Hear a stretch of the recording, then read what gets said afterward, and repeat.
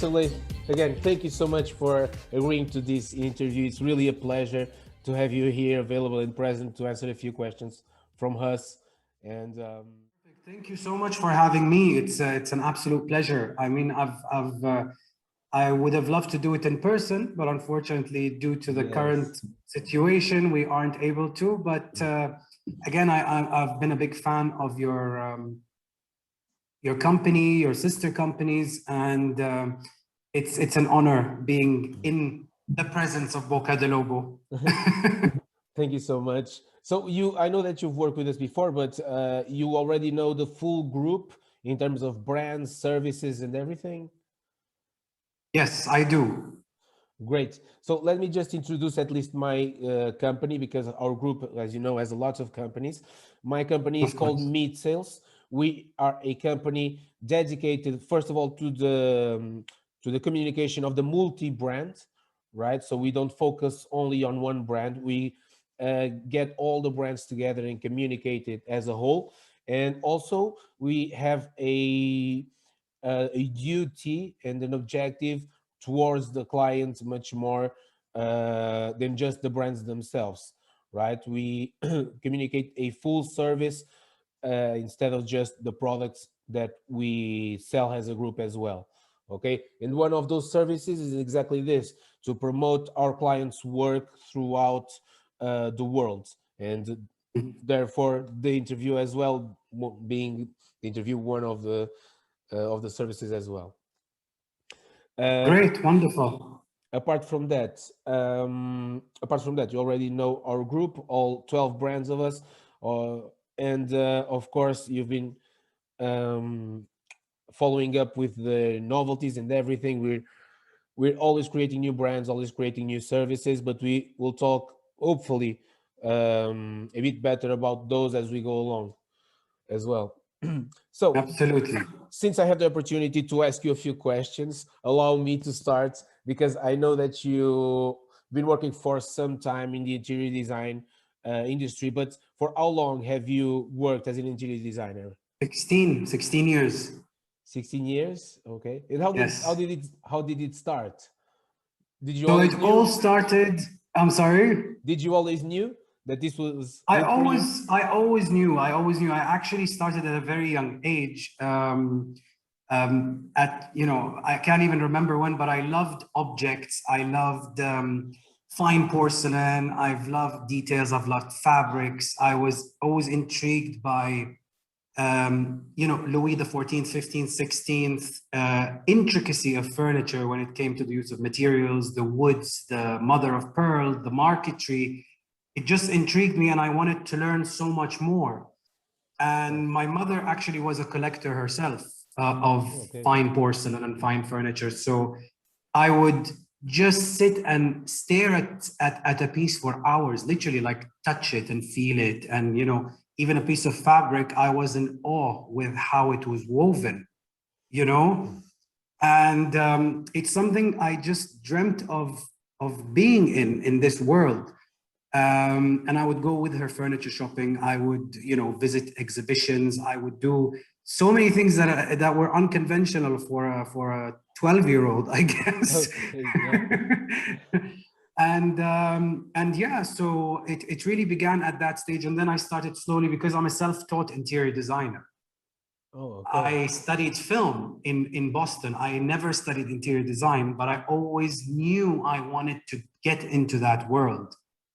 So, I educated myself by reading, by researching, and, anything from, pre-Louis XIV until, the Art Deco period, the Art Nouveau, the Rococo, the Gothic. I'm not giving you them Yes, of course. in the era as they are, but, mid-century, retro, you name it.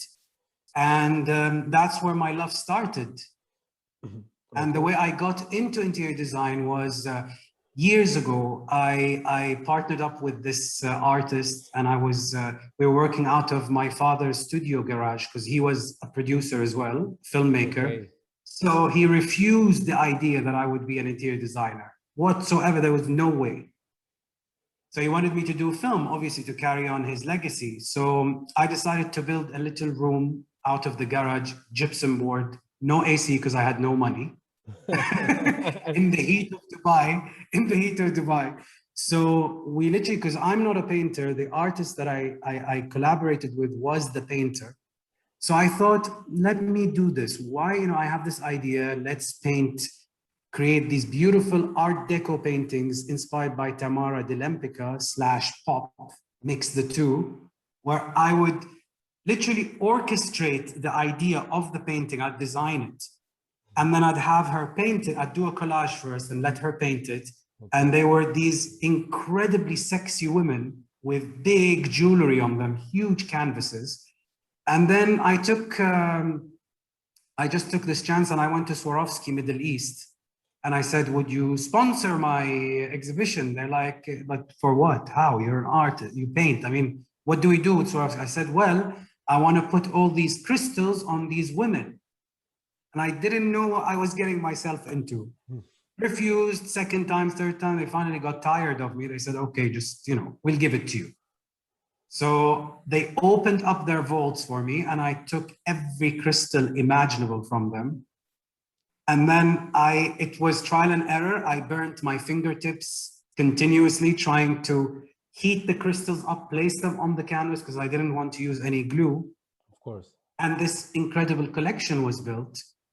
And it started then, I went to Index, which is the furniture fair in Dubai, and took up a small stand and displayed all the art and did some furniture pieces. And we didn't sell a single one.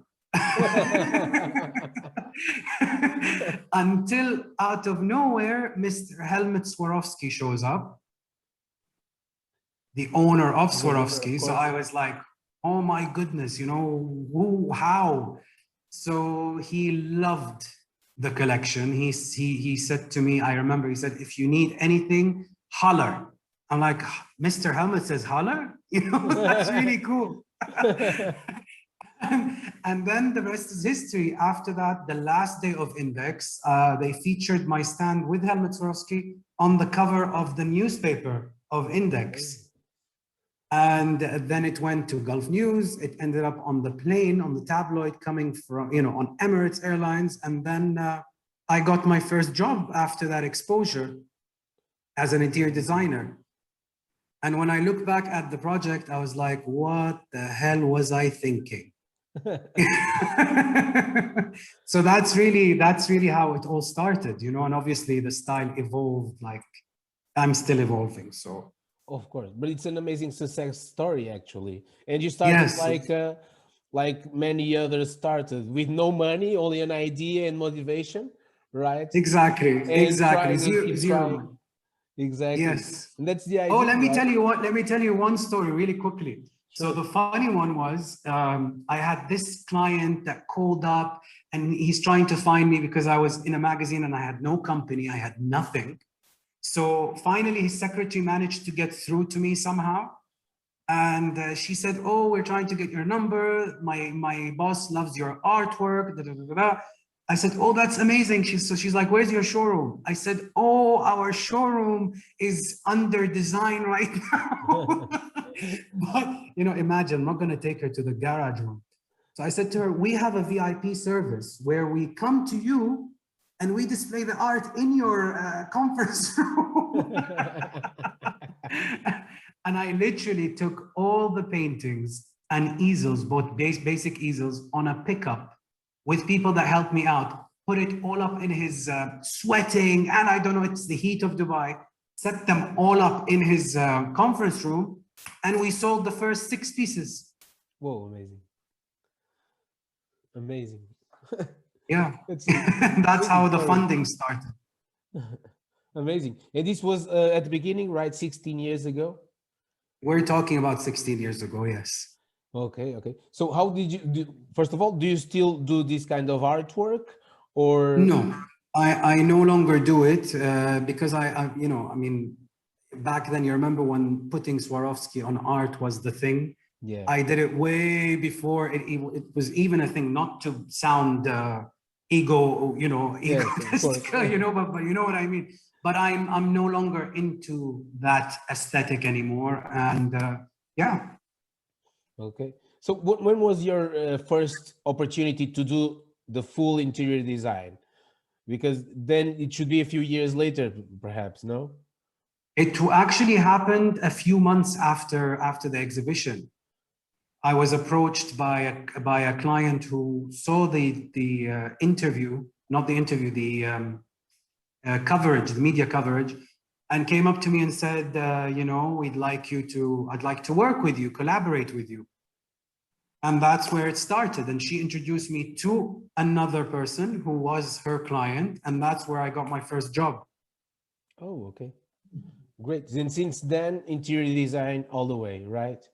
Yes, has been my love, my addiction, my passion, my turmoil, my love affair. I understand that, of course. But since you work in interior design, I have a lot of examples from other clients that also they do interior design, but they also like to play a little with product design and creation. Do you spend some time on that as well, or you focus only on interior design and go find the items and the pieces on brands? It's a bit of both, actually. I'm not a particular product designer per se, but there are certain furniture pieces that I like to customize, have bespoke made, you know, with a certain look that I cannot find, you know, or I cannot source, more or less, or just to have that speciality, that special one-off piece, which is a bit outrageous, you know, because I really tend to go all out. and that's the only time I actually do sort of product design, but no, my focus is mainly interior. Of course, it's when you have the vision, but you can find the physical piece itself. That's normal. Exactly. We as a group receive a lot of requests like that as well, because that's the idea, right? You have a vision, you want something, right? Something that to call your work physically, right? Absolutely. And that's really important. But as I can see, you always meddle between the art industry, from the filmmaking, or at least you studied, right? And then through Yes. this art phase and then interior design, of course. To be honest, I find it all intertwined, you know, because at the end of the day, film is very visual. It's a moving art picture in front of you, you know, and I've been very visual myself. So I tend to lean towards art films, you know, more into Citizen Kane, for example, is one of the most epic films ever created by, you know, Stanley Kubrick also is one of my favorites. All those visionary directors are what I kind of watched and loved so much. So it lingers, it trickles down to design because of the set design and the costumes and all of that. So do you get a lot of your inspirations from that? From Absolutely. Movies and other art as well? Absolutely. From photography, from film, from fashion, from, you know, cliche as it may sound, you know, nature, Mother Nature, the best creator of all, you know, and it could be anything and everything, actually. I even get inspired by my sister's kitsch art collection and religious iconography. I'm really like a sponge. I really literally just sit there, just taking in as much as I can and evolving. And, you know, it's just, I wonder sometimes how I've evolved myself. I wonder, where was I and where am I now, you know? Of course. So, but throughout all of these years, and you already said, and you love interior design and working in this field, but it's not always a sea of roses, right? So there might have been some issues, some problems, some difficulties, some barriers. So talk me a bit about that. Which are the most normal challenges you find when working with projects, maybe with clients as well? Yes, you've got those somewhat impossible clients that you have to deal with, and you've got great clients. I mean, to me, they're all great people. They're all great clients. But, you know, time management for me is a problem, not because of, because of changes and going back and forth and, some unforeseen circumstances, delays with certain suppliers, with, this is one big part of my problems, as well as budgets. It's Yes, not a for designer's sure. best friend. I mean, I try as much as I can to stick to them, because you've got these clients that want I don't know, they want Versailles, but they have a certain budget that you cannot achieve Versailles. So Of course. but as well, but at the same time, this is where you get creative. This is where creativity kicks in. So you have to somewhat come up with alternatives, and also sourcing right pieces. Some pieces are quite difficult to source when it comes to certain projects, and it can become a struggle. It can become difficult, and some things, for example, let's say you order a specific piece and you envisioned it to be a different style, and then when it arrives, you're in shock. And how do you deal with that, with clients? So in a way, I've managed over the years to take a deep breath and try to not panic and deal with it as calmly as possible. And of course, trying to explain it to the client so the client doesn't lose their mind. Of course. So yeah, these are some of the things that I can mention. Yes, actually, I know that you work as well as you in that part in working with clients and budgets and everything. But when regarding the design itself, I know that the first design that you do for a client will never be the first and last, right? Of There's course. always a lot of changes. But normally, when you're talking at that first stage before the first design with a client, do you ask for total freedom or first, or do you go into that kind of meeting already trying to understand or trying to give the client exactly what he wants, only with a touch of yourself, or what? Honestly, the way it works is, obviously when the client approaches me, they already know somewhat what my aesthetic is, or the direction I'm willing to take. However, honestly, it's all about psychology. I find myself as their creative therapist. I literally, the way it all starts is literally I like to spend some personal one-on-one time with them for a period of days. It's not like I'd like to visit them twice a week, maybe get to see them outside of their home. And then obviously I get involved on a much personal level. I get to know if they're married, they're single. I get to even ask them to show me their closet. I want to know what kind of clothes there are, because the clothes reflect who they really are as a character. Even the colors. The colors, we discuss. I take a look at their furniture, because I love to incorporate sentimental pieces of my clients. I do not like to have it completely brand new, because that gives it a curated, collected look over time. Of course. And obviously, I ask them what their preferred colors is, what sort of forms. Are they more square? Are they more curvy?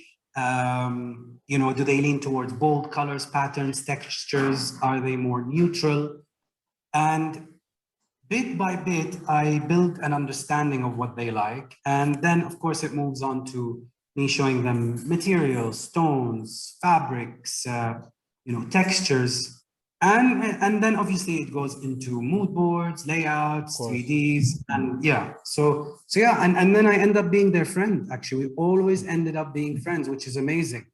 Of course. Well, when you get so personal with someone, that's normal, right? Because as you mentioned, you get to know the people really well, so you can transmit that person into the house they will live in, right? Exactly. Because the house will be always an extension of ourselves, right? And that's absolutely. And I never enforce my design on them. I mean, they could tell me a certain style they like. They could show me pictures, reference pictures. I could show them reference pictures. But I always manage to, as a designer, you have to funnel things down, refine it. They can like something, but you refine the aesthetic, and then you give them your look, their look, because at the end of the day, they're living in it, but obviously with your signature. Of course, incredible. So, but in this case, you explained a bit about your process and everything. But one thing that I've noticed is that you work throughout, let's say throughout the world. At least you have projects in London. You're from Dubai. Obviously, you have some projects in Dubai, also in Saudi Arabia. Exactly. So, do you have a country, or because with the countries comes a type of customer, right? There's this cultural difference. Is there a part, Definitely. a country or a part of the country itself that you like or prefer to work in, or not? Is that a Definitely, definitely, hands down the UK. really what differentiates The the different, yeah, the meeting difference about from working in the UK is, I mean, man, you're surrounded with artistry, you're surrounded with architecture, with history, with museums, with the abundance of suppliers, of showrooms is just incredible. It's never ending, it's evolving. You've got those tiny little streets with beautiful shops, you know, that markets. It's just, you know, it's unexpected. This is what I love about London. It's always evolving, and you know, you walk into a showroom and you never know what to expect.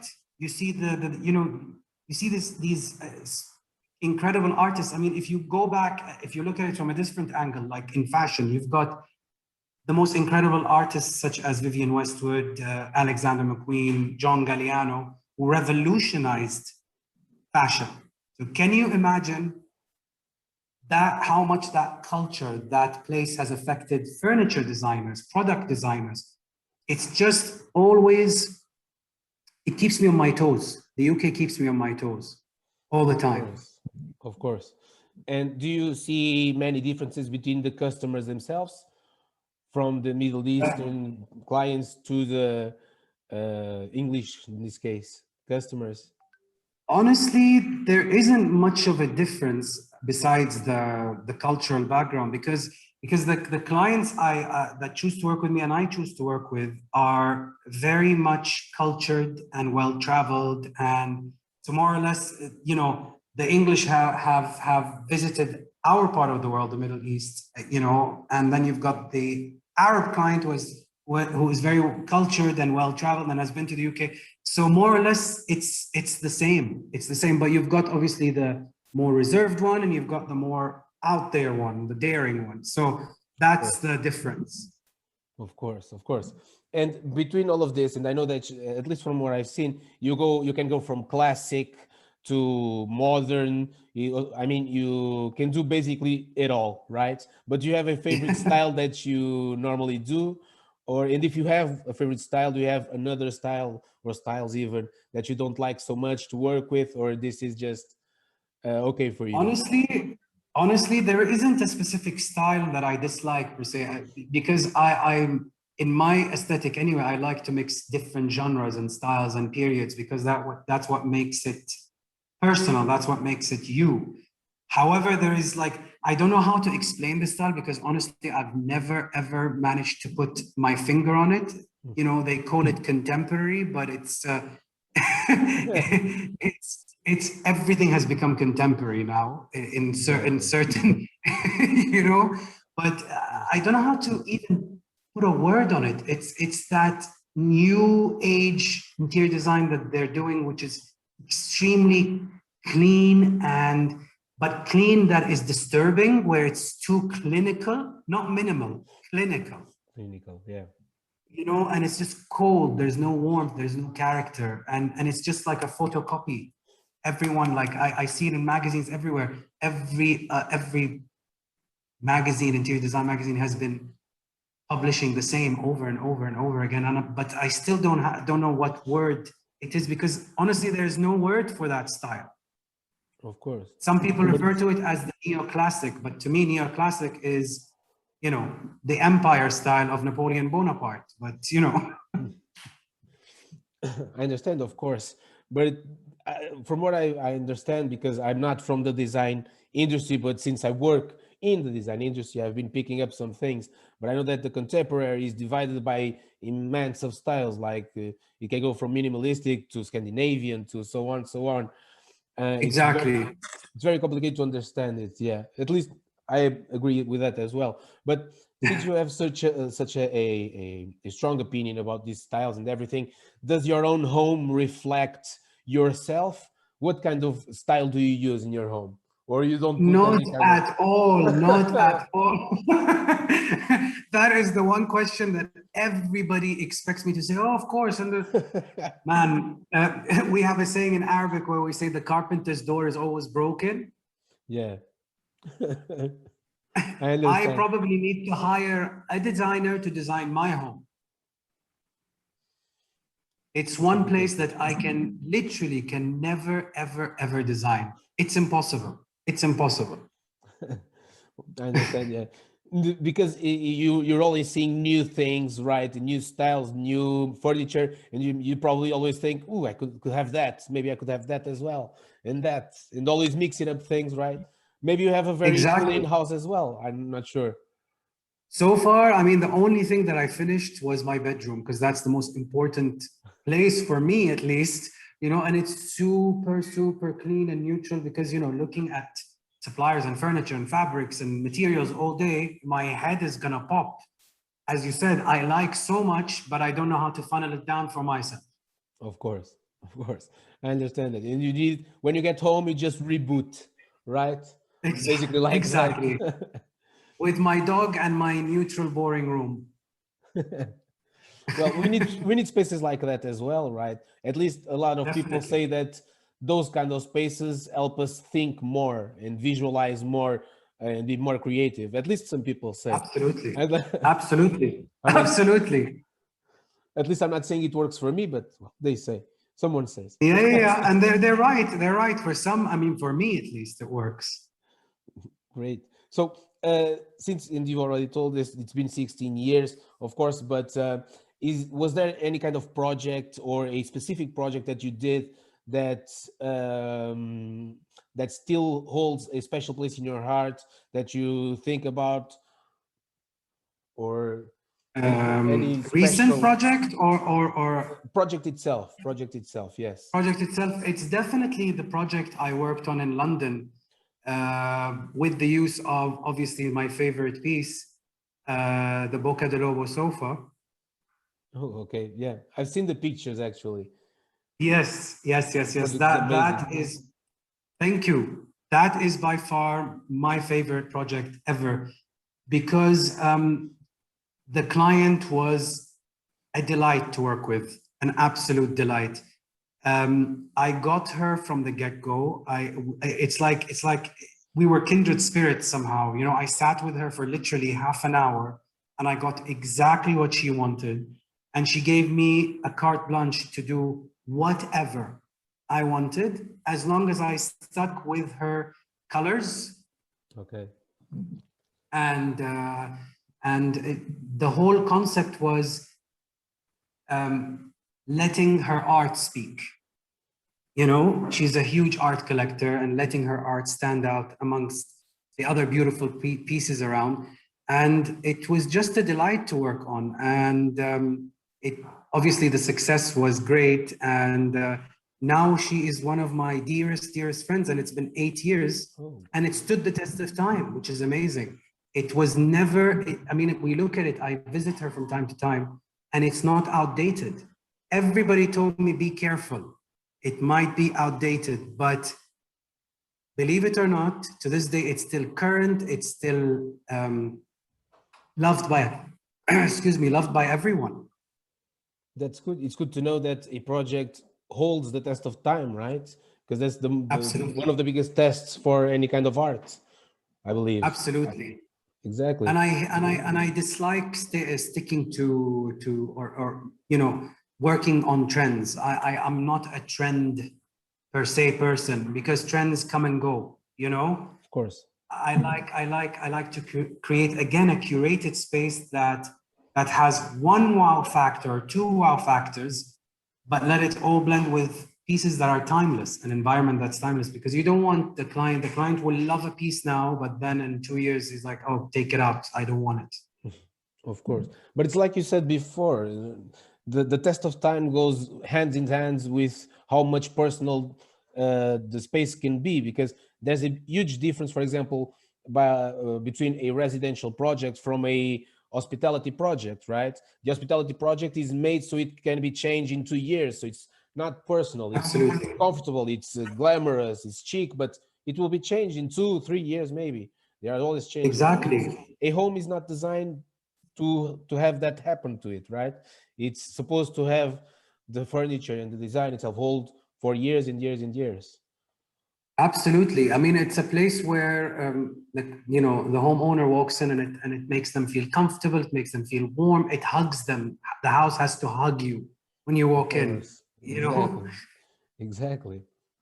So, of course, since your work, you started your work, you never been, you and I, of course, but never been through a phase like this, right? We're in the midst of a pandemic, very complicated situation that has affected literally everyone in the planet, which is awful, of course.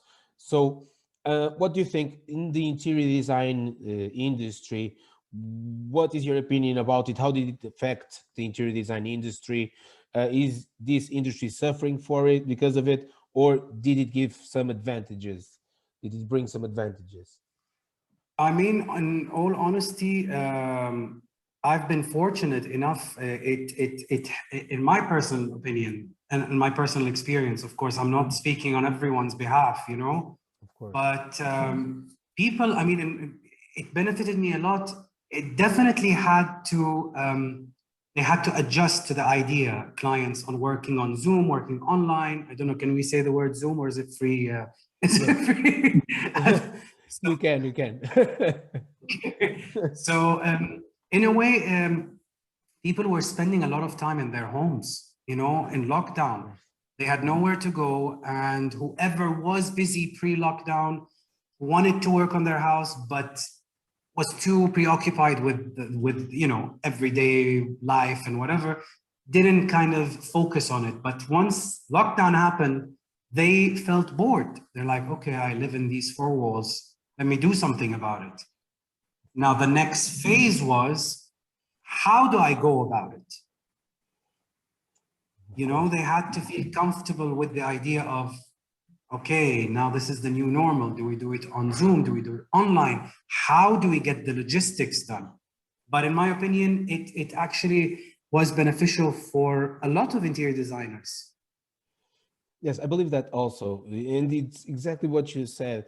When people started having more time to analyze what they have, they also had time to saw the flaws, right? And so how much they needed, how much they needed to change, or even to have some kind of thrill, right? Or to have some kind of project in their minds, because unfortunately we need to keep them busy. Exactly, we needed to find something to keep us busy, to keep our mind busy, because we took all the social part of our life from one day to the other. We lost that. So yes, I believe that also. Yes, we have been fortunate with that as well.